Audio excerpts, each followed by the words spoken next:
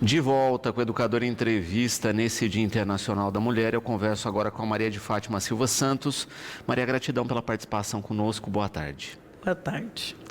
Maria, a gente conversava um pouquinho aqui no intervalo, né? Você contando um pouco da sua história. A gente está falando dos vários aspectos aqui do feminino. Vamos começar com uma mãe, né? A dedicação aí do amor de mãe. Queria que você contasse para a gente o que aconteceu com o seu filho. Boa tarde, em primeiro lugar, quero agradecer pelo convite, né? E parabenizar todas as mulheres, que Deus proteja todas elas, todas nós, né?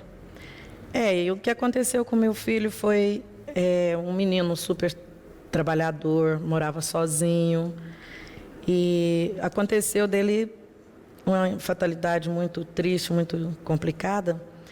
Ele foi prestar socorro na rodovia, trabalhava com escolta, foi prestar socorro num acidente e veio outro carro e pegou ele, capotou no mesmo lugar e pegou ele e jogou ele longe. Ele tinha feito toda a ação de sinalização, já tinha tirado o pessoal do carro, pôs fora de perigo, porque estava muito beirando a pista, né? Pôs fora de perigo até chegar ao resgate. E veio outro, e já tinha posto todas as sinalizações, e veio outro carro e pegou ele e jogou ele longe. Depois de tudo isso, o carro que veio, o resgate que veio para pegar o pessoal que ele tinha socorrido, pegou foi ele, porque ele estava o estado dele era muito grave, né? E além de tudo isso, ainda teve 4 paradas cardiorrespiratórias, quebrou o braço, ficou muito... Até hoje ele tem muita dificuldade no braço, com o braço. Mas, graças a Deus, ele está segurando a gente, ele anda e tem muito medo. E a doutora falou que é normal, devido ao trauma que ele teve, que foi muito grande, né? Uhum.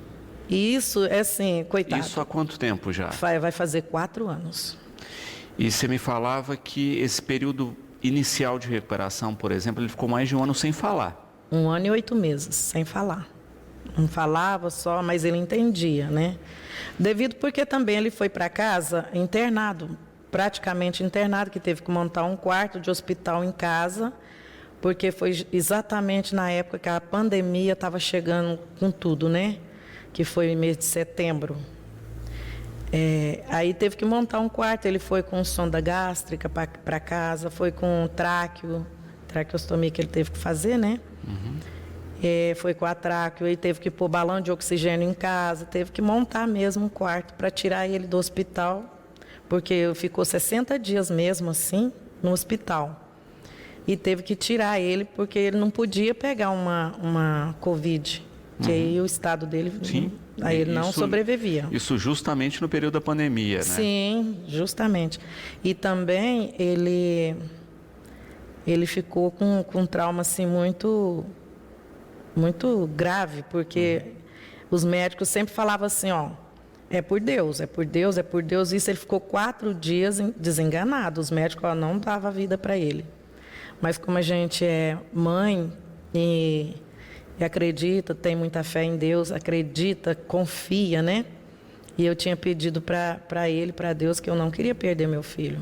Nunca queria. Se eu emocionar, não. Porque é muito triste. Ele nunca bebeu, nunca fumou, nunca foi de noitadas, dessas coisas, né? Sempre foi. E no período do acidente ele estava com que idade já? 36 anos.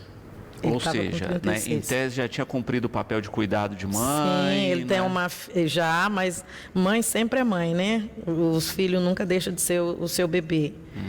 Inclusive, até acho engraçado que eu chego, vou comprar um sapato para dar de presente, eu falo, queria ver calçado para criança. Aí eles vêm com 20, 25, 30, 31 no máximo. Não, moça, é 43. Não, então não é. Então não é criança. Para mim sempre vai ser bebê, meus filhos, né?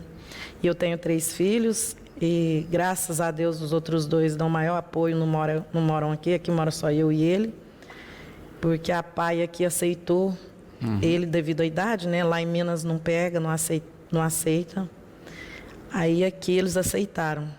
E graças a Deus está indo bem, está fazendo fisioterapia, tá está recuperando aos poucos, porque é uma coisa assim que é muito demorado, vai ser um procedimento muito demorado, porque...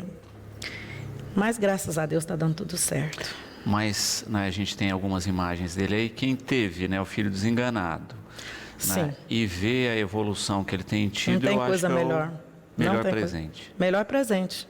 Não tem presente não. Eu, inclusive, eu nem peço mais para Deus. Eu nem peço, eu agradeço. Só agradeço todo dia. E agradeço todas as pessoas que me ajudam muito, minha família, né, que dá maior apoio também. E eu só tenho a agradecer. No início eu estava entrando em depressão, porque uma mãe que nunca viu um filho, meus filhos nunca ficaram doentes, nunca hospitalizaram, nunca teve nada, né? E aí, do nada, você vê assim o seu filho ali naquela situação, é muito complicado, muito doído. Nossa, eu não desejo para ninguém. Eu fico vendo assim, eu deito para dormir, fecho o olho e fico vendo tudo aquela cena outra vez, sabe? É muito complicado, muito, muito difícil. E quando a gente pensa, né, na rotina de cuidados, né, já foi mais complicado do que é hoje, não é? Não, hoje não. Hoje, graças a Deus, ele foi muito... Era banho de leito que eu tinha que dar, né? Naquela época, a gente... naquela época lá recente, no acidente... Era banho, eu tinha que usar touca, capote, máscara, luva. Não podia entrar qualquer pessoa no quarto, era só eu e alguém, uma enfermeira ou uma pessoa para ajudar a dar o banho de leito. Usava fralda e aí era eu, a comida que era pela sonda, eu tinha que fazer tudo. Então, assim, mas eu falo assim, que quando a gente ama um filho, igual eu amo meus filhos, a gente, em primeiro lugar, eu tive o pressentimento quando aconteceu com ele, que na hora do meu almoço eu não consegui comer, que foi a hora que aconteceu o acidente com ele. Eu não consegui porque o meu peito fechou, me deu vontade de chorar e a garganta não passava nada. E foi exatamente o horário que aconteceu com ele. Então, é muito complicado. Hoje não, hoje eu estava entrando em depressão por ver meu filho naquela situação, né? E hoje não, hoje eu sou feliz, graças a Deus, sou feliz, danço com ele, eu ponho ele em pé, vamos dançar pagode, que as pessoas... Se você chegar nele e falar assim, você gosta de música? Gosto, que tipo de música você gosta? Ah, eu sou negrão, né? É pagode. Então eu ponho ele em pé, meu filho, vamos dançar? Porque de vez em quando ele fica assim, mãe, eu fico tão preocupado que a senhora parou a vida da senhora para cuidar de mim. A senhora trabalhava, porque toda a vida eu trabalhei, né? Só trabalhava, tinha a vida da senhora, passeava, divertia. Agora a senhora fica só do meu lado, cuidando de mim, mãe, eu atrapalhei a vida da senhora. Não, não atrapalhou, você me deu uma vida diferente. E é essa vida que eu quero, eu falo para ele, né? E ele fica super feliz, porque quando eu estou muito triste, assim, porque bate aquela tristeza da gente ver o filho da gente naquela situação, uma pessoa super alegre, feliz, nunca dependeu de nada nem de ninguém, sabe? Aí você vê ele nessa situação, é complicado. Aí, mas do lado dele eu não choro, vou para o quarto, fico lá, né? Mas graças a Deus ele está recuperando bem, tá... E graças ao esforço todo aí dessa mãe, né, E o que eu puder fazer por ele, tudo que fala assim, ó, vai lá em tal lugar que lá vai ser bom, eu vou. Eu já andei muito assim, atrás das coisas para ajudar ele, sabe? Na época vocês não moravam aqui? Não. Na época a gente morava em Minas, que ele morava em Uberaba, toda a vida ele morou sozinho. E eu morava em Campo Florido. Então, né? vocês acabaram se mudando para cá Sim, em função da PAI. PAI? Sim, porque a PAI, ele fez ele passou pela doutora Luiz Helena e ela indicou a PAI para ele. Aí eu falei, mas lá em Minas não pega. Não, então vamos ver se nós coloca ele aqui. Aí conseguimos e ele está fazendo tratamento lá, está dando tudo certo. Graças a Deus, eu tenho muito a que agradecer. Batatais, né? Em si, todo o pessoal que fomos bem recolhidos aqui, acolhido, né, aqui, e a gente tem muito que agradecer. E a gente tem que agradecer o seu depoimento, não é, dessa luta aí em prol do seu filho. Que bom que a recuperação tenha acontecido, né? A gente espera que seja cada vez mais ágil aí, que ele se recupere completamente. Dona Maria, fica sempre à disposição aqui o nosso espaço. A gente agradece muito em poder partilhar um pouquinho dessa história. Muito obrigada. E quando ele estiver andando, eu vou fazer questão de trazer ele andando para dar entrevista com vocês, para o pessoal de Batatais, da região, para ver o esforço e a força de vontade que a pessoa tem. Quando quer, consegue. Tá combinadíssimo, então. Tá certo? Muito obrigada, viu? Tudo de bom. Converso agora com Beatriz Ferrarese. Beatriz, gratidão pela participação conosco. Boa tarde. Muito boa tarde para você e muito boa tarde a quem está nos assistindo. Eu queria agradecer primeiramente a vocês que estão me proporcionando no dar esse depoimento e a minha família também. Muito obrigada. Beatriz tem paralisia cerebral. Sim. Como é que foi, né, nesses anos todos, conviver com a paralisia, né? E explica pra gente o que a paralisia te coloca em que condição, né? Sim. Eu tenho a paralisia desde quando eu nasci, só que descobriram quando eu tinha 9 meses. E a partir daí foi uma luta muito grande, minha e da minha mãe também. Dos meus pais em si, né? Porque meu pai trabalhava fora e a minha mãe ficava em casa cuidando de mim. E aí era eu e a minha irmã mais velha. Aí depois de 2 anos que eu nasci, a minha irmã mais nova também nasceu com a mesma deficiência. E aí eles descobriram na hora, fizeram a transfusão de sangue, que tem que fazer, em mim não fizeram. Então por isso que eu tenho mais dificuldade do que ela. Mas não impediu que você forçasse, né, todo o ensino e há 8 meses aí se formasse em direito. Sim. Na PAI eu fiquei durante 11 anos da minha vida. E aí depois eu fui transferida para a escola para me alfabetizar, né? E lá eu tive muitos desafios. Por exemplo, subir escada, não é qualquer escola que tem acesso. Então, foi um desafio muito grande, até para me matricular na escola, por conta disso. Ainda tem muitas barreiras. Tem. Né? E aí, quando a gente pensa na tua formação no direito, tua ideia também é atuar um pouco nessa defesa. É isso que é a minha pretensão. Ajudar as pessoas com deficiência, em primeiro lugar, e ajudar a comunidade também. Porque as escolas precisam ser mais capacitadas para aceitar essas pessoas, né, com deficiência. E aí eu quero ajudar nessa parte da alfabetização também. E a gente acaba observando justamente isso, não é? A sociedade, por muito tempo, Sim. De certa forma, restringia o acesso do deficiente a praticamente tudo. Não é? E, ao mesmo tempo, é uma coisa que eu sempre falo aqui, também acabava ficando uma sociedade restrita de conhecer as deficiências. E na parte de educação, teve muita gente que desistiu do ensino por conta dessas limitações. teve pessoas que saíram na mesma época que eu da PAI, que voltaram para a PAI por conta das dificuldades que não conseguiram suportar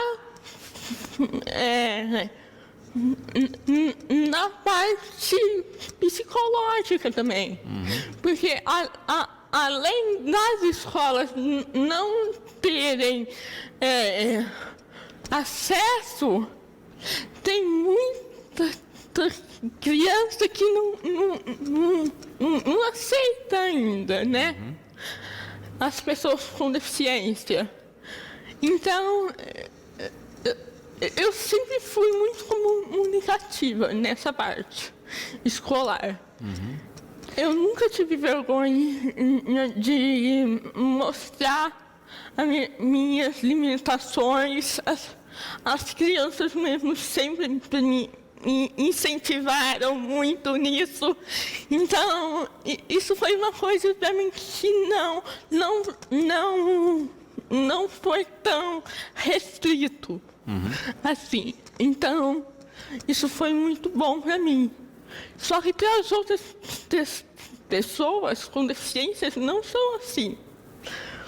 A gente tem que capacitar as escolas, ensinar as crianças como que funciona para aquela pessoa com deficiência não sofrer também. E nem elas excluírem as crianças e nem as crianças excluírem as pessoas com deficiência. E é exatamente essa a importância da inclusão, né? Sim. Mas uma inclusão com acessibilidade, informação. Sim. Não adianta só colocar todo mundo no espaço. Não adianta. Porque eu falo por mim mesma. Eu não sofri tanto, mas a minha irmã, que não é muito comunicativa, sofreu já com isso. Mas ela não desistiu dos estudos também. Dentro aí, né, desses desafios que a gente vê hoje, eu acho que a primeira coisa é a gente naturalizar a questão da deficiência. Porque é mais comum do que as pessoas imaginam, não é? Sim. E a gente vê que a escola é o primeiro ambiente disso. Exatamente. Tem a naturalização. Exatamente. E eu falo assim, a gente ainda não conseguiu chegar na inclusão. A gente está dando os primeiros passos para isso. E na escola precisa ter isso mais. Precisa falar mais sobre isso. Exatamente. E quando a gente fala da rotina, né, e eu acho interessante você colocar, a escola, ao mesmo tempo que esse ambiente é aberto, mas também tem a questão do bullying, né? E o ambiente também, como você coloca a questão psicológica, às vezes a barreira psicológica é ainda maior que a barreira física. É verdade.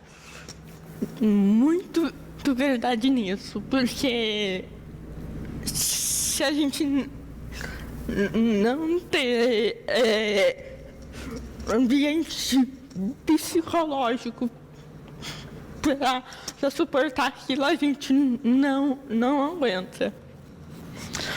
Mas agora a gente tem a boa notícia que temos aí uma bacharel em Direito. Sim. Que vai auxiliar muito mais nessa questão. Eu me formei, né?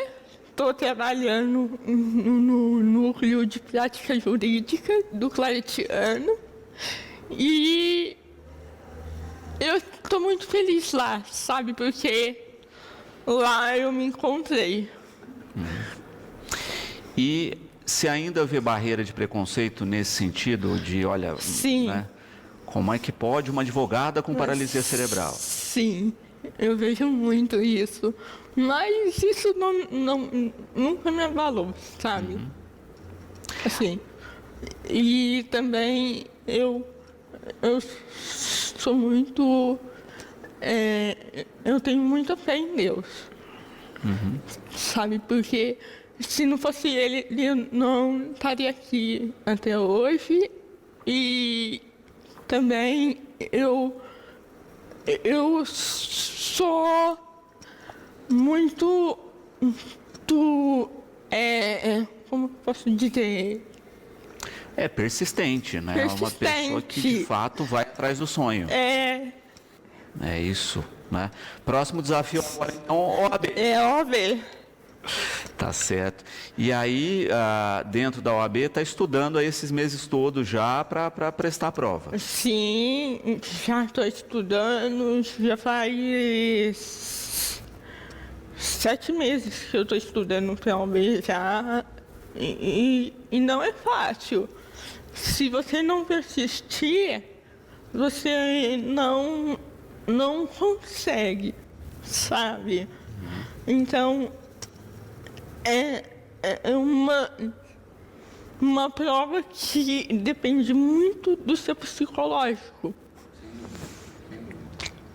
E eu acho que não vai ficar só em OAB não, hein? Eu tenho uma leve sensação aí que a gente vai ter muito em breve uma juíza aí, Beatriz Ferrarese aí. Sim, é isso que eu quero mesmo. Doutora Beatriz, eu quero agradecer imensamente a participação por compartilhar um pouquinho da sua história conosco. Espero realmente que a OAB venha o mais breve possível. Espero e parabenizo aí por partilhar um pouco da sua luta em prol do próximo aí, ajudar com a sua formação. E eu ainda boto fé na juíza, hein? Vou esperar aqui. Muito obrigada. E um feliz Dia das Mulheres para todas as mulheres. E, em especial, as mulheres do Claretiano e do Sejusc e da minha família. Quero agradecer aqui a Tânia, né, que está parabenizando o programa de hoje, falando aqui dessas histórias de vida, né, que geram identificação com a sociedade. Gratidão pela audiência, Tânia. E nós vamos falar um pouquinho aqui com a Joyce agora. Gratidão pela participação conosco. Boa tarde. Boa tarde, Luciano. Boa tarde a todos os telespectadores e também aos que nos verão pela internet. Eu agradeço o convite. Achei uma sacanagem falar depois da Maria e da Bia, já chorei horrores ali atrás. Mas você traz uma questão comum nessas duas histórias, não é? A gente até conversava isso no intervalo, que é a questão da mãe, né, de ter esse cuidado específico aí com os filhos, e também a questão da deficiência em família, né? Então, você tem uma ponte aí comum com as duas histórias. Sim, tenho bastante. Tenho bastante. Da mãe que cuida e também de ver o relato da Bia como filha, né? Então vamos começar teu relato aí partindo da sua gestação, né? Que foi o ponto de partida dessa história. Sim. Em 2010. Foi 2010, final de 2009, em dezembro, eu descobri que eu queria doar sangue, mas eu vinha tendo muita infecção recorrentemente. Então, fui no ginecologista e descobri que eu tinha um câncer de ovário. E entre descobrir o câncer de ovário e operar, foram no máximo 30 dias, porque já estava bem grande, ele era localizado só no meu ovário, mas ele já estava bem grande. Então, eu fiz todo o tratamento, todos os exames, ressonância eu fiz umas 2, tomografia, e em nenhum dos exames apareceu a minha gestação gemelar. Você não só estava grávida, como estava grávida de gêmeos. Então, eu fiz a cirurgia, tirei o meu ovário, e aí um pedaço do meu ovário direito também, porque o médico achou que fosse um pequeno foco de um outro câncer, mas não era. Era folículos por conta da gestação. E aí veio o meu resultado, que era um câncer maligno, mas estava localizado, então não precisava fazer tratamento, químio, essas coisas. E eu continuei a passar muito mal, Luciano, muito. Desmaiei várias vezes e eu senti muito mal-estar. Voltei no médico, ele falou, olha, é vesícula. Vamos te pedir um ultrassom para tirar sua vesícula. E aí, no ultrassom, eu soube que estava grávida, já tinha uns 40 dias que eu tinha operado, aí eu soube que eu já estava grávida de quase 4 meses e que era gêmeos. Aí descobriu essas 2 pedrinhas da vesícula aí que estão com vocês até hoje. E aí um dos fetos já tinha uma malformação. Já nesse primeiro exame eu soube que estava grávida e que um dos bebês tinha uma malformação. Mas em decorrência a condição de saúde que você estava no momento ou não se sabe? Não se sabe, Luciano. Inclusive, nós fizemos exame genético, né, nas crianças e no Ícaro, no HC. Até o médico vem acompanhando, porque o Ícaro, ele tem... As deficiências dele todas são congênitas e ele tem fibrose cística assintomática, porque eu tenho um alelo, o Leandro tem outro, e os dois juntos causam a fibrose cística e ele não tem nenhum sintomas. Descobrimos isso ano passado. Além da hidrocefalia, síndrome de Arnold-Chiari, a paralisia cerebral, tudo isso junto, mais a fibrose que a gente descobriu e não tem. A única questão que nós sabemos que da genética que é a fibrose, porque eu tenho um e o Leandro outro, e que forma isso, mas a paralisia cerebral, a hidrocefalia Arnold-Chiari, a gente ainda investiga. Uhum. E aí você passa por esse momento, não é? Eu fico imaginando a cabeça, né? Porque assim, olha, descobre um câncer, trata, continua mal, olha, pode ter um outro problema de saúde, e aí vem a gestação. O impacto disso no seu emocional? Eu achei que eu fosse morrer, né? Quando eu soube do câncer, eu tinha certeza que eu ia morrer. E eu fiquei insuportável. Eu acho que eu fiz da vida das pessoas ao meu redor um inferno. E depois, quando eu soube da gestação, eu também fiz da vida das pessoas um inferno. Porque eu não queria ter mais filho, eu vinha de um momento muito bom na minha vida profissional. Sabe, crescimento, só crescendo profissionalmente, e filho era uma coisa que eu não queria ter naquele momento, e eu usava todos os métodos anticoncepcionais que falham. Que falham. É bom a gente deixar claro isso. Que é para não ter mais filhos, né? E quando eu soube dos gêmeos, eu falei, vou morrer, mas como que eu vou dar vida? E se eu morrer no parto? E se a minha barriga não suportar, porque eu tô cortada, como que eu vou, minha barriga vai crescer tanto assim, né? E eu tinha medo de morrer e deixar eles para trás. Esse era o meu medo. Então, mas os gêmeos, eles foram um milagre, né? Não sei a fé de cada um, porque o dia que eu operei, eu tenho uma tia que é muito devota de Padre Donizete. E ela chegou no quarto lá do hospital, chorando muito, porque ela falou, filha, minha tia Ni, a tia levantou 6 horas da manhã para orar por você, e eu vi 2 favos de mel na parede. Sempre me arrepia quando eu fico sempre comovida. E ninguém sabia da minha gestação, nem os médicos, ninguém. Eles estavam ali, mas escondidos de alguma maneira. E a minha tia viu. Naquele momento, ela falou que ela viu 2 favos de mel na parede. Ela falou, você ainda vai ter mais 2 filhos, filha. A tia tem certeza. E aí, logo depois, eu soube da gestação. Então, isso me trouxe um conforto, porque eu sabia que Deus tinha um propósito na minha vida e na vida dos 2. Para que eles tenham algum projeto. Eu sempre, Luciana, na minha vida toda, eu nunca quis passar nessa terra e ser esquecida. Desde que eu me entendo como gente, eu sempre quis pertencer a essa terra e deixar meu nome aqui. Então, eu gostava de escrever e eu não me lembro de nenhuma vez eu não ter assinado nada que eu escrevi. Porque eu pensava que se alguém achar, vai saber que fui eu que escrevi. E eu enrolava, eu morava em Monte Santo de Minas, parecia uma fazenda. Então eu enrolava e a gente colocava dentro da garrafa, porque passava aqueles homens que trocavam a garrafa com algodão doce. E todas as minhas garrafas iam um bilhetinho, um poema, alguma coisa que eu tinha escrito, e eu assinava com o meu nome. Sempre. Então, eu acho que Deus... Pode ser que eu não tenha nada de muito grandioso com o meu nome, mas meus filhos podem. E eu estou deixando a herança aqui deles 3, né? E Joyce, Eu vejo uma questão muito comum, né, que quando a gente conta dessas histórias de vida, a gente deixa um ponto meio à parte, né, que é sempre tem esses grandes momentos de desafio. Mas eu acho que o grande momento maior de desafio é a rotina. Sim. Né?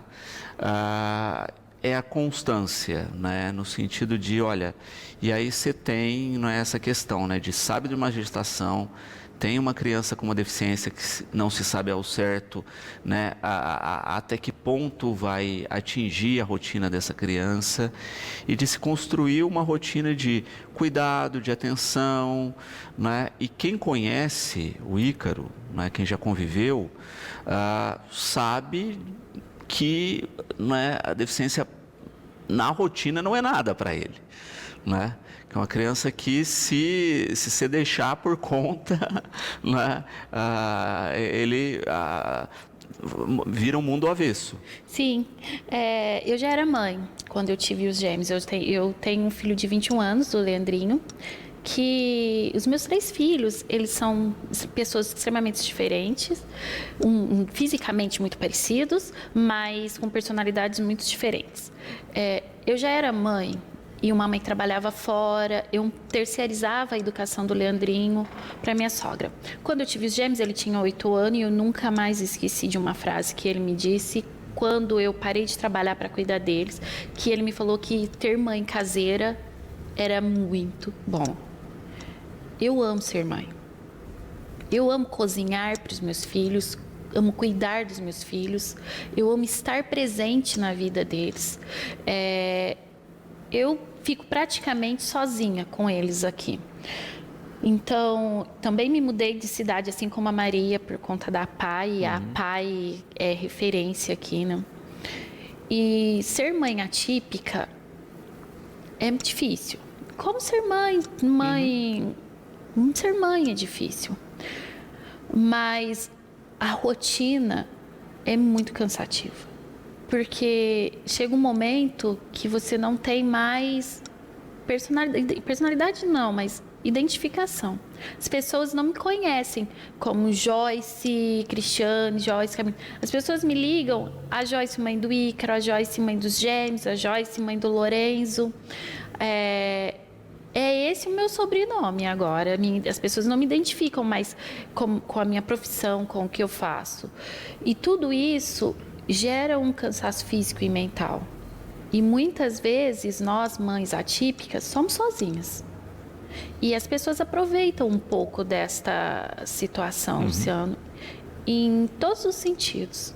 Todos os sentidos mesmo. Inclusive pessoas que deveriam nos ajudar, nos representar, aproveitam nas nossas situações, porque nós temos muita demanda. Nós temos a nossa demanda como mulher, nós temos a demanda dos nossos filhos, atípicos ou não. Nós temos... a gente é inserida em uma sociedade esquecida. Por mais que se fale de inclusão, de fato e efetivamente, nós tivemos aqui o relato da Bia, não existe, Luciano. E ela deu o relato dela como pessoa que vive a não inclusão. Mas eu também tenho o meu relato como mãe. A dor que é você ver um filho sofrendo uma chacota, as outras crianças imitando a maneira que ele caminha. E quando você reclama, a sua voz é anulada porque é mimimi. Isso é coisa de criança. Não é coisa de criança. Não, mas é aquela história, mesmo que seja coisa de criança, né? É coisa de criança que precisa ser educada para que não repita esse tipo de coisa. Exatamente, é coisa de criança sem educação. Coisa de criança que os pais vivem ainda naquele período onde a pessoa com deficiência é inferior. Mas não. Você disse do Ícaro, né? O Ícaro, ele hoje ele é artista. Ele pinta telas e ele faz aula lá na Casa do Beija-Flor com a Liderale, né? Então, quando dá o dia dele ir para a aula, é o período, o horário mais feliz da vida dele. Ele fica emburrado e aí a hora de ir ele já está super felizinho e volta animado. A mesma coisa com a natação. Ele chega emburrado e sai felizinho. Graças a Deus, a tia lá da natação também é uma bênção na vida desse menino, que está ajudando muito ele. A tia Flávia no Pilates. O Ícaro é cercado por pessoas que amam ele e isso é bênção. Bênção, sim. Ele tem um privilégio muito grande de ter oportunidades que muitas crianças não têm. Isso eu tenho que reconhecer, que o Ícaro tem muitas oportunidades de cuidados e de terapias que muitas crianças não têm. Exatamente, né? E que justamente aí acho que é um jeito da gente ver o quanto universalizar esses cuidados, não é, seria importante. E eu ainda bato na tecla, né, que a inclusão ela é importante não só para a pessoa com deficiência, mas ela é extremamente importante para a sociedade, né? Porque a sociedade ainda tem muitos preconceitos, muitos tabus, e a gente só cura isso com convivência. Além de falta política pública voltado a isso, Luciano, falta muito. A gente se vê aí criando mês não sei o que lá, mês não sei o que lá, mês púrpura e tal. Eu sou daltônica, nem essa cor eu enxergo, para você ter uma ideia de como que não existe inclusão, né? Mês, que cor que é? Púrpura. Então, nem isso as pessoas têm condição do nosso legislativo de pensar, né? De criar uma pauta efetiva e inclusiva. Eu vejo, Luciano, que eu tenho os filhos, né? Então, o Lorenzo, que é judoca, gosta de esporte, ele representa o município e essa gestão tem feito muito pelos atletas, pelo menos a vivência que eu tenho com o Lorenzo sobre isso. Mas eu tenho que fazer rifa para comprar kimono para ele, porque é muito caro. Então, eu tenho o Ícaro e tenho o Lorenzo, e aí antes a gente estava conversando, né? Que eu voltava o meu olhar para o que eu não tinha. E eu ficava sentada horas em recepção, ou esperando terapia do Ícaro, ou esperando o Lorenzo. E aí até que um professor me chamou, Joyce, faz uma aula. E eu comecei a fazer uma aula. Eu fiz uma aula de jiu-jitsu e depois eu fui começando. E aí hoje eu treino os horários que eles estão fazendo terapia, eu treino. Vou na musculação, vou na natação, vou na hidro, faço judô junto com o Lorenzo. Graduei minha primeira faixa. E quando eu graduei, foi uma emoção muito grande para mim, Luciano. Porque, como eu disse, eu morava em Monte Santo de Minas e o meu pai, ele era militar muito rígido. E quando fez o primeiro pole de esportes lá em Monte Santo, eu acordei cedo, minha mãe acordou para me levar e meu pai chegou e me deu uma surra. Porque a filha dele não mexia com bola, que bola era de homem. Então, nunca mais eu quis participar de nenhum esporte. Então, também que vencer um desafio quando eu vou treinar, quando eu visto o meu kimono, eu estou trabalhando em mim diversos traumas também, que eu trago de uma infância onde eu não fui tão acolhida. E que, por um lado, né, se não fosse essa história, essa demanda deles, talvez você nunca teria tido contato com esse tipo de atividade. Eu seria uma pessoa produtiva que iria produzir para o outro o que eu fazia antes. Eu só produzia para o outro, eu não produzia para minha casa. Porque eu não cuidava do Leandrinho. Eu terceirizava tudo. Tanto que ele tinha de momentos felizes, quando de manhã eu assava pão de queijo e fazia chá e a gente tomava o café da manhã junto. Porque eu trabalhava o dia inteiro e teve um período que eu trabalhei em 2 lugares. Então, foi bom para mim, Luciano. É muito difícil, porque nós vivemos em um mundo capitalista, né? Tudo gira em torno do dinheiro. Sim. E eu sou uma pessoa sem dinheiro. É difícil quando eu penso nisso, né? Mas nada me falta. Nada me falta. Eu tenho amor de sobra. Amor de barriga? Não tenho. Mas o Leandro provê a casa. Não me falta nada. Eu, muito pelo contrário, eu ganho diariamente o privilégio de poder cuidar dos meus filhos, de acordar todo dia e olhar para eles, de preparar a comida deles, de preparar a dieta do Lorenzo, de preparar a comida que o Ícaro gosta, de assistir um seriado com eles.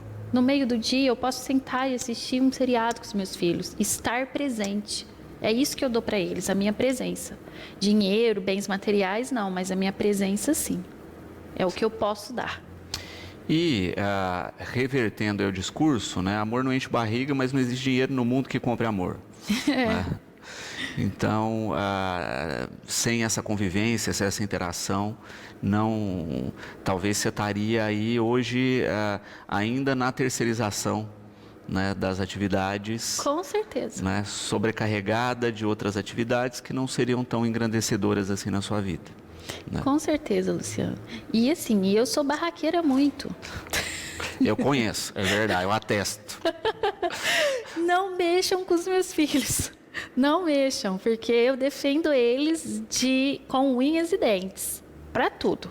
E eu faço o que tiver que ser feito para defender os direitos deles dentro da legalidade, mas às vezes eu dou uns gritos também.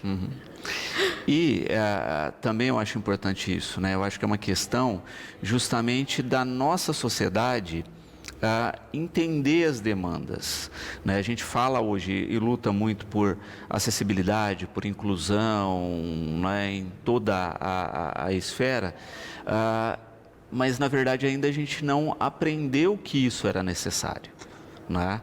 Muitas pessoas vêm de uma geração que não se tocava nesse assunto, né? Então, às vezes não é por maldade que a pessoa não pense sobre, né? A gente tem que, de fato, ensinar as pessoas a pensar sobre, né? Exatamente. Outro dia eu estava no supermercado, Luciano, e chegou uma senhora amarga. Tinha umas crianças brincando e elas estavam fazendo bastante barulho. E eu conheço e eu sei que aquele menino é um autista. Eu sei que eu conheço ele. E ele estava brincando e ele estava feliz. E ele estava fazendo barulho. E criança faz barulho. E aí a pessoa veio, nossa, olha, eu achei que a criança estivesse morrendo. Que criança mal educada. Que não sei o que tem, não sei o que. E aí eu olhei aquilo e falei, cara... eu falei para ela, por causa de pessoas como a senhora, que muitas vezes nós deixamos nossos filhos em casa e não saímos para comer fora com eles. Por causa de comentário como o seu. E isso, Luciano, não é um caso à parte. Não entender o outro vamos falar de uma criança autista que talvez esteja um momento tendo uma crise no supermercado. A pergunta que você tem que fazer é assim, é meu filho? Não. Eu vou pagar a conta dele? Não. Eu cuido dele? Não. Deixa ele com a mãe. Não olha, não chega perto, não quer falar coitadinho, tadinho da mãe. Não. A mãe está ali, ou o pai, ou seja lá quem for, a pessoa que está cuidando da criança. Não é o seu papel olhar ou julgar a ação do outro. O máximo que você pode fazer é ter empatia, e se tiver empatia... você vai sair de perto e deixar que eles dois se resolvam. Sim. Correu um vídeo na internet há um tempo, não é?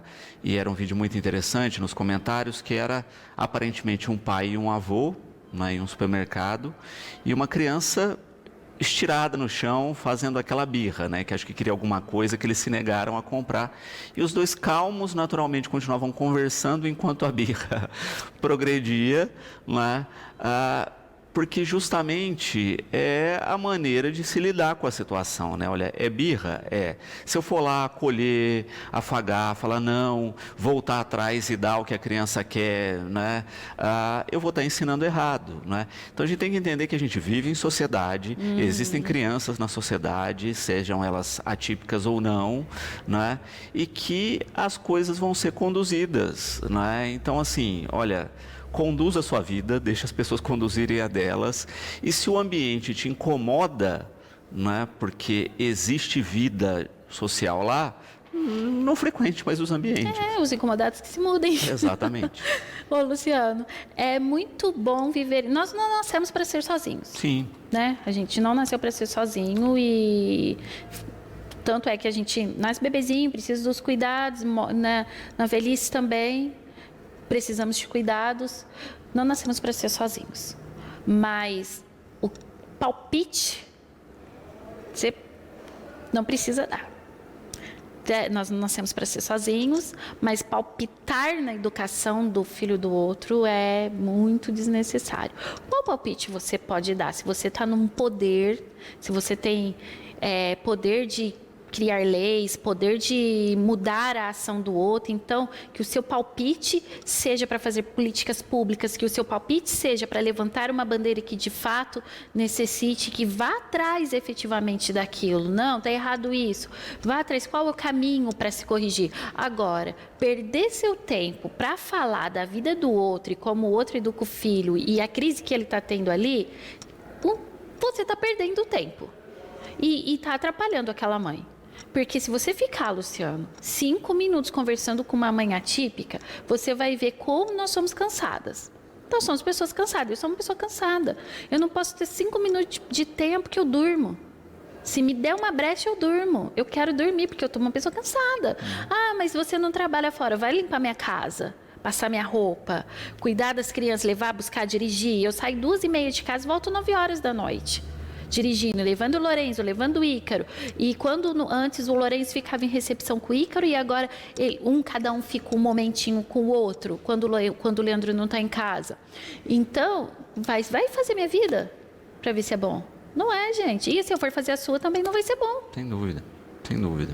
Eu acho que ter esse olhar, né, mais integrado de uma maneira geral, né? A gente fala muito de empatia hoje, não é? Acho que a gente tem que tirar a empatia do discurso e ter na prática.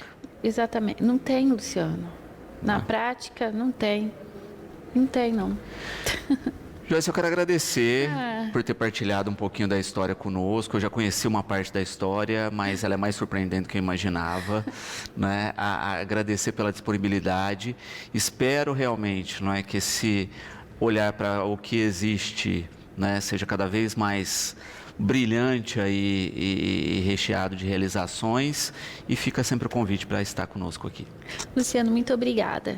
Eu agradeço a educadora. Estar aqui contando a minha história não é só estar contando a minha história, é dar voz a diversas outras histórias que são como a minha.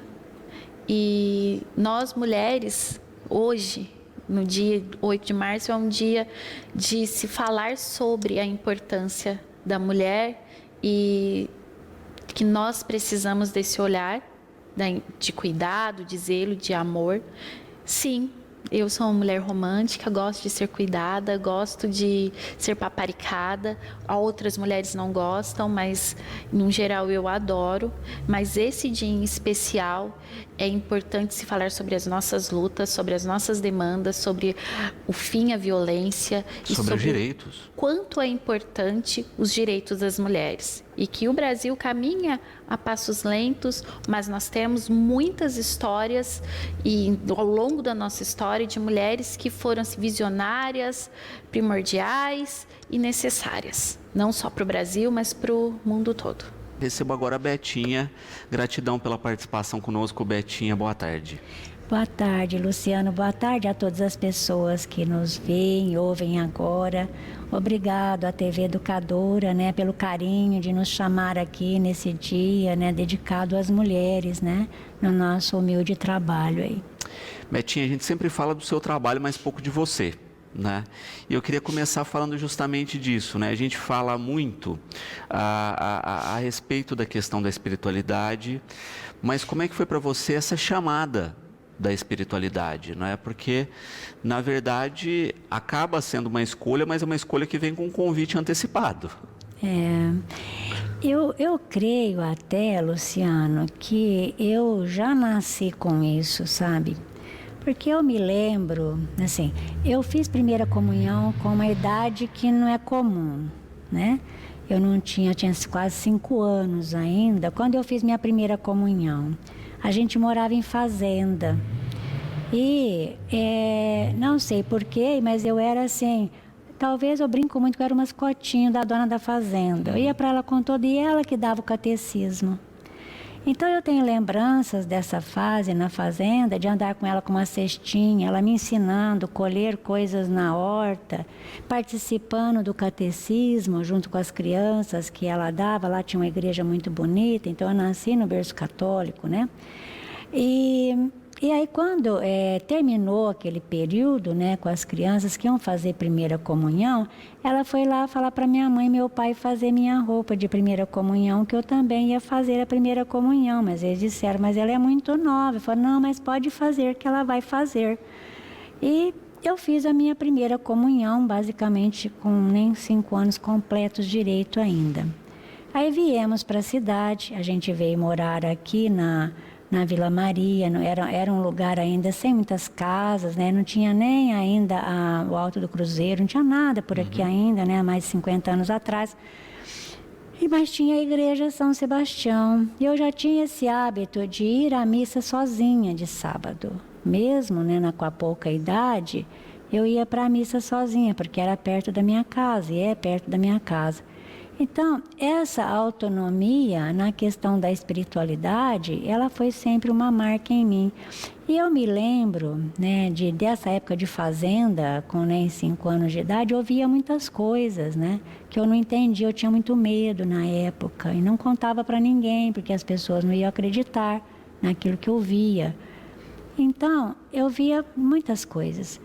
E quando eu estava iniciando, aí saindo do ginasial, chamado ginasial na época, né, entrando para o ensino médio, que na época não chamava ensino médio, né, seria o fundamental quase 2 hoje, passando ali, mas enfim. Aí uma amiga de sala falou para mim assim, eu estou indo num centro espírita. Eu falei, o que é um centro espírita? Eu tinha essa assiduidade na igreja, né? E ela falou assim, olha, me falou por alto, você quer ir comigo? Eu disse, quero. E fui. E a partir desse dia eu nunca mais saí da casa espírita, porque quando eu vi aquilo tudo que eu ouvi lá, eu disse para mim, eu já conheço isso, eu já ouvi, essas coisas não são novas para mim. Então eu conseguia compreender muito bem, eu estava com 13 para 14 anos nessa época. Né? Ganhei meu primeiro evangelho em 1979, tenho ele até hoje, com a dedicatória dela para mim. E, enfim, eu falo assim que eu saí do primeiro banco da Igreja Católica e fui para a doutrina espírita e estou lá até hoje, que é tudo aquilo que eu me identificava, né?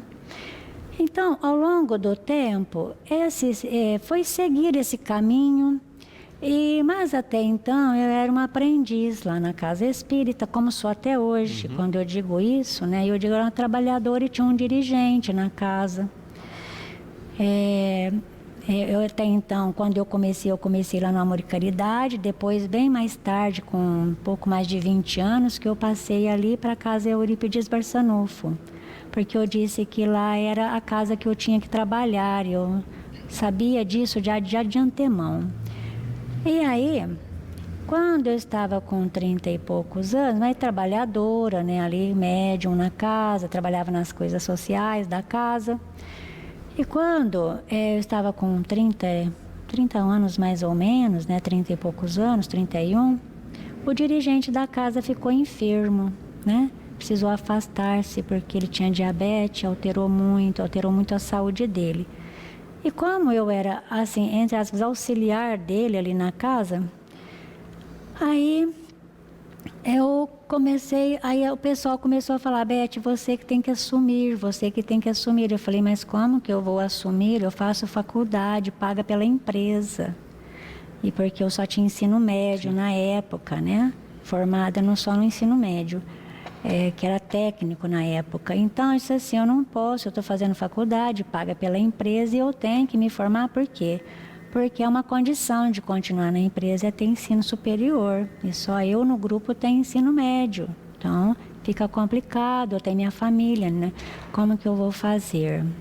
E até nesse momento eu já era arrimo de família já, né? Eu cuidava da minha mãe já. E aí, mas as coisas começaram a me apertar, né? Com a questão de assumir a casa espírita ou a casa fechar. E aquilo me deixou um pouco assim, né? Naquele momento muito aflita. E aí eu comecei assim a pedir auxílio ao alto, né? E fazer minhas orações para clarear, e as orações. Aí, e as coisas assim, havia uma pressão sobre a questão da escola, e havia uma pressão em cima do grupo, que já era um grupo grande, formado, né? Me solicitando que assumisse a casa. Aí eu estava um dia e já estava assim muito aflita, porque eu corria o risco de perder o emprego, né? Se eu não continuasse com a faculdade. Aí um dia eu estava na minha mesa de trabalho e eu peguei uma folha, um papel, eu não sou psicógrafa, né?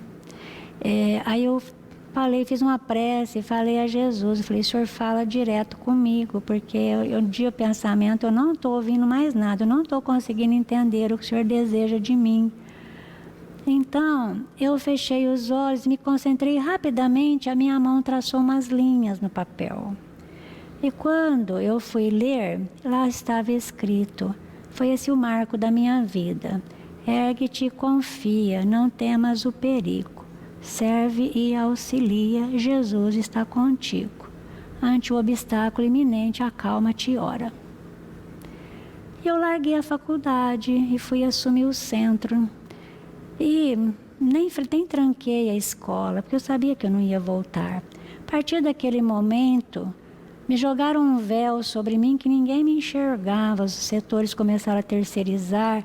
Eu comecei a ser mudada de setores. No começo eu estranhava, porque falava assim, meu Deus, né? Porque me mudou de novo. Mas quando eu já fui me acostumando, me mudava o setor, o anterior terceirizava. Me mudava o setor, o anterior terceirizava. Enfim. Aí depois, com o ensino médio e tudo, eu fui promovida a substituta do gerente. Não ganhava para tal, mas ganhei toda a formação que ele ganhava, eu ganhava também. Então, toda a faculdade Deus me deu. Eu tive toda a formação, até mesmo hoje, trabalhando com a pedagogia, eu recebi dentro da empresa. Eu trabalhei 15 anos no Instituto Algar de Responsabilidade Social, trabalhando com projetos educacionais, recebendo o treinamento dos melhores institutos do país em educação. Então, eu aposentei lá, com 31 anos de trabalho, e dirigindo o centro, intermediando isso, então levantava mais cedo, tudo que tinha que fazer, que organizava antes do horário, no horário de almoço, e à noite, às 6 horas, eu estava sempre disponível para o trabalho no centro. E Betinha, eu acho uma questão também interessante, é que muitas vezes se fala desse chamado à espiritualidade muito ligado ao homem, né? E tem muitos relatos a respeito disso, mas poucos ligados à mulher, né?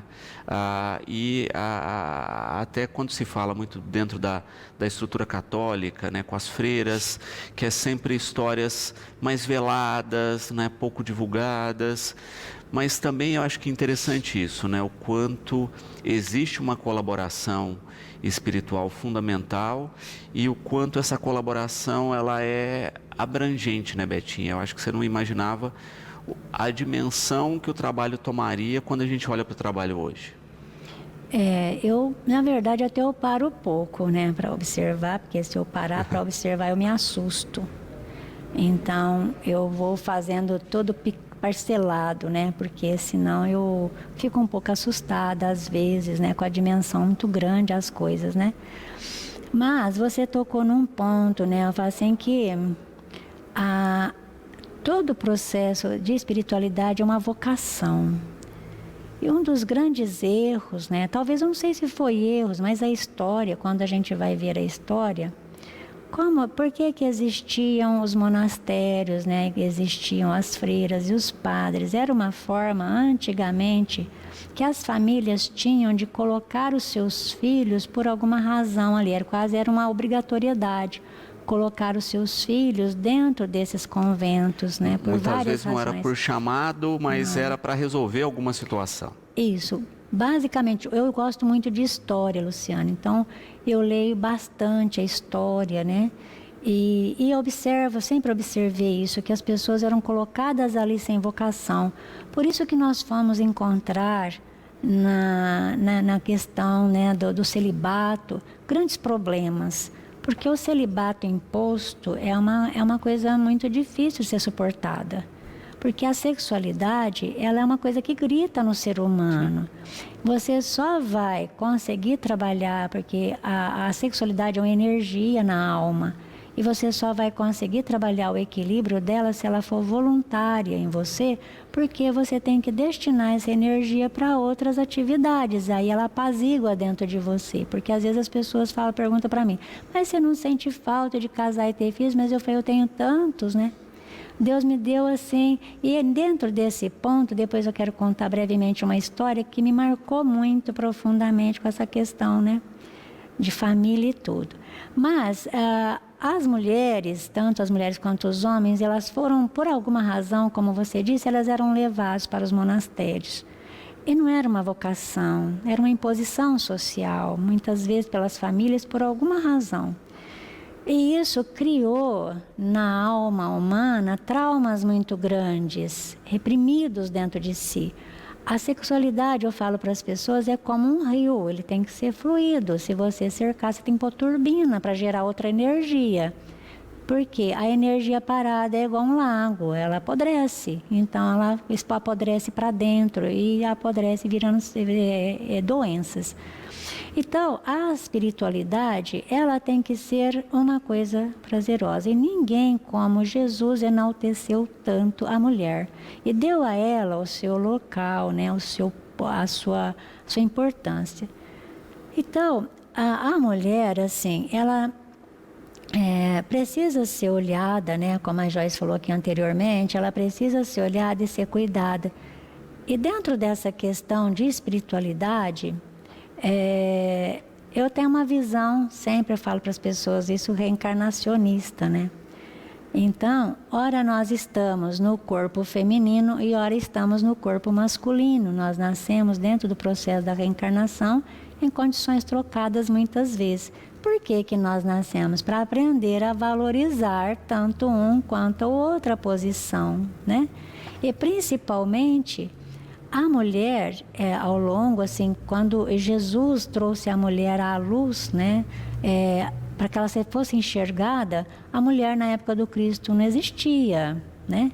Aliás, ela nem era considerada como número, né? No censo, ela não era considerada.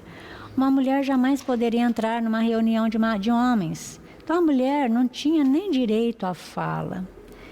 E quando Jesus deu a voz a Maria de Magdala, numa reunião de homens, permitiu que ela lavasse-lhe os pés, enxugasse com seu cabelo, foi um escândalo.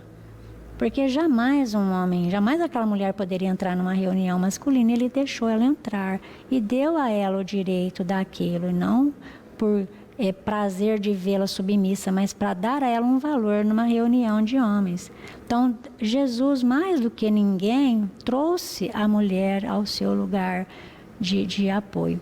E aí, com a reencarnação que a gente vai olhando, nós vamos vendo que essa troca de papel é justamente para a gente aprender a valorizar a alma quando ela está na posição feminina, porque ela tem algumas obrigações ainda que só é inerente a ela, que não é considerada ainda hoje como muitos valores. Então, a mulher fica em casa, ela tem trabalho o dia inteiro, mas isso não é valorizado. Então, só que quando a alma nasce nessa posição, ela sente como é que é.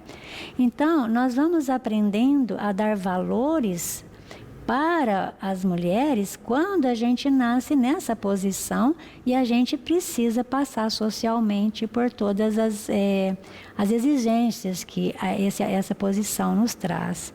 Então, isso eu vejo a grandeza e o poder de Deus nessas trocas, né? A sabedoria divina em trocar-nos de papel para a gente aprender a dar valor uns nos outros. É isso que vai um dia nos igualar a todos. Maravilha. Betinha, encantado com a história, né? Quero agradecer imensamente por ter partilhado um pouquinho dela conosco. Você sabe que o programa está sempre à disposição para falar das ações do trabalho, mas eu espero poder compartilhar um pouco mais dessas histórias e esperar, né, que o programa de hoje, que essas histórias ajudem a inspirar outras mulheres e que a gente entenda justamente isso, né? Esse é um dia de comemoração, mas não deixa de ser um dia de luta para que a gente tenha cada vez mais conquistas. Eu te agradeço, Luciana. Se me permite encerrar com uma historinha breve que eu falei sobre a questão, né, de família, bem rápido. Há muitos anos atrás, eu tinha esses conflitos também. Eu falei, Senhor, mas por que eu não posso ter uma família também? Eu brigava muito com Deus, eu falo isso para as pessoas, e brigar com Deus é desigual, não faça isso. E aí, eu tinha lido há pouco tempo o livro Há 2000 anos, né? De Emmanuel pelo Chico. E lá tem um episódio de Simão Pedro, quando assume a Casa do Caminho, que ele fica se dedicando a tudo. Ele sentia muita solidão, porque ele dizia, eu fico numa solidão, os outros tudo têm família, tem isso, aquilo, e eu aqui não tenho isso, né? Como a Joyce falou, a gente tem necessidade de ser cuidado, né? E naquele dia foi um dia muito pesado para ele. E aí, ele então tem aquele momento dele de tristeza e Jesus lhe aparece e pergunta para ele o que havia no coração. E ele coloca isso, essa angústia. E Jesus diz para ele, mas Pedro, o nosso Pai te deu a família mais numerosa que alguém poderia desejar. Essas crianças todas são seus filhos, essas mulheres são suas esposas, esses anciãos são seus pais. Quem mais poderia querer tanto, né? E aquilo me impressionou vivamente. Eu estava num período, logo depois disso, depois de alguns dias de ter lido, né, esse episódio, eu estava num daqueles dias de melancolia, descendo para o trabalho. Eu estava dentro do ônibus circular, naquela época eu pegava o circular, e eu ficava olhando as mulheres, parece que aquele dia entrou mais mulher ainda com criança nos braços. Eu ficava assim, tá vendo, Senhor, isso eu nunca vou poder fazer. Está vendo, Senhor, essa alegria eu não vou poder ter. E aquele dia me deu uma melancolia extremada. Fui trabalhar, voltei, e à noite, me preparando nas minhas preces, eu disse assim, Senhor, hoje eu não vou orar por ninguém, hoje eu estou egoísta, eu vou orar por mim mesma, porque hoje a necessitada sou eu. Se o Senhor puder permitir ao meu anjo guardião orar comigo, eu agradeço. E deitei, me virei na cama, e ao virar-me na cama, já levantei de pé ao lado dela, e olhei meu corpo ali, né? E fui chamada automaticamente lá para a calçada. Na calçada tinha um senhor caído em espírito, que morou perto da minha casa, desencarnou, ele tinha um problema na perna, então ele passava todos os dias na calçada da minha casa, né? E eu ouvia quando ele era vivo ainda, e por causa da muleta dele. E naquele dia, eu continuava, depois que ele havia desencarnado, ainda ouvindo passar na calçada por um longo tempo. E naquele dia eu fui levada à calçada em espírito, e ele estava lá caído, em frente à minha casa, em espírito. Eu realmente parei perto dele, e aí, do meu lado, tinha um senhor, e ele disse assim, olha, faça uma prece por ele. E eu olhei assim, eu estava pedindo preces por mim, né? Mas ergui minhas mãos aos céus e fiz uma prece. Ele me acompanhou na prece. E logo depois que eu terminei a prece, ele pegou esse senhor e levou ele embora, nos braços, né? E eu voltei automaticamente para o corpo naquele momento. E despertei no corpo.